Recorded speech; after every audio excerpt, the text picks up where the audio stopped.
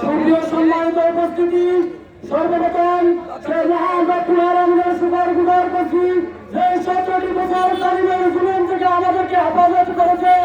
এই জন্য আমরা সকলে বলি আলহামদুলিল্লাহ। সালাম গ্রহণ করছি মহান মানবতার মুক্তিযুদ্ধ হযরত মুহাম্মদ মুস্তাফা সাল্লাল্লাহু আলাইহি ওয়াসাল্লামের উপর আত্মার মাগফিরাত কামনা করছি। পৃথিবীর শুরু থেকে অন্তরালি পর্যন্ত বিশেষ করে ছাত্রদের আন্দোলনে যারা শহীদ হয়েছেন আল্লাহ পাক রব্বুল আলামিন তাদের এই মৃত্যুকে শহীদ মৃত্যু হিসেবে কবুল করে জান্নাত দান করুন। সকলে বলি আমিন। বাংলাদেশ জামাত ইসলাম কবিরাজ উপজেলা কর্তৃক আয়োজিত আজকের এই অবস্থান কর্মসূচির সম্মানিত প্রধান মেহমান বাংলাদেশ জামাত ইসলামের কেন্দ্রীয় মন্ত্রিসভার সদস্য, বাংলাদেশ জামাত ইসলামের মহালিদার অন্যতম মেধাবী কবিরাজ উপজেলার সম্মানিত আমির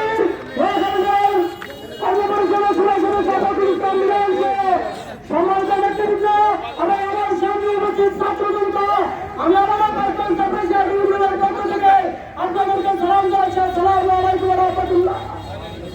সম্মানিত সুপ্রিয় উপস্থিতি, এই আওয়ামী সরকার পতনের 3 দিন আগে জামাতকে নিষিদ্ধ করেছে, কিন্তু আজকে তারা নিষিদ্ধ হয়ে গেছে।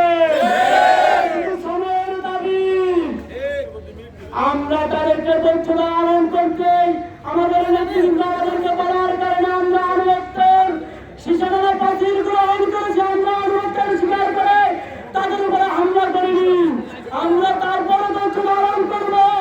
আমাদের কেন্দ্রীয় আমির বলেছেন তাদেরকে সাধারণ ক্ষমা করে দেওয়া হয়েছে। যারা অভিযোগ করেছেন তাদেরকে আমরা সাধারণ ক্ষমা করে দিয়েছি, কিন্তু সন্ত্রাসীদের কোনো ক্ষমা নয়। সন্ত্রাসীরা যদি মাথা চালা দিতে চাই আমরা তাদেরকে প্রতিহত করবো। আমরা যদি দরকার নামি আমরা ইনশাআল্লাহ 100 জন প্রতিহত করতে পারবো। এই কবিরাজ উপজেলায় সন্ত্রাসীদের জায়গা হবে না। এই কবিরাজ উপজেলা আমরা আপনাদেরকে রাখছি সুমন ইসলামের আদর্শের দিকে। আমরা মানুষের ঘরে ঘরে গিয়ে ইসলামের দাওয়াত দিতে চাই এবং হিন্দু ভাইদেরকে আমরা আজকের এই মঞ্চ থেকে দাঁড়িয়ে দিতে চাই। আপনাদের এটা জন্মভূমি, আপনাদের এটা মাতৃভূমি। আপনারা এই দেশে মায়ের কোলে শিশুর মতো নিরাপদ থাকবে। আওয়ামী লীগ সন্ত্রাস হিসাবে এখন শুনতেছি তারা হিন্দু হবে। আপনারা তাদের পাতা পায়ে পা দিবেন না, আপনারা নিরাপদে থাকবেন। আপনাদেরকে কেউ থ্রেট করলে আপনারা জামাত ইসলামের দায়িত্বশীলদেরকে বলবেন আমরা আপনাদেরকে নিরাপত্তা দেবো। খেটে খাওয়া মানুষ, শিক্ষাজীবী, কৃষিজীবী, শ্রমজীবী মানুষের অধিকার আদায়ের জন্য আমরা গণমানুষের সাথে মাঠে থাকবো। এই কথা বলে চাপরাশিয়া ইউনিয়নের পক্ষ থেকে আপনাদেরকে শুভেচ্ছা জানিয়ে আমি আমার কথা শেষ করছি। আসসালামু আলাইকুম ওয়া রাহমাতুল্লাহ।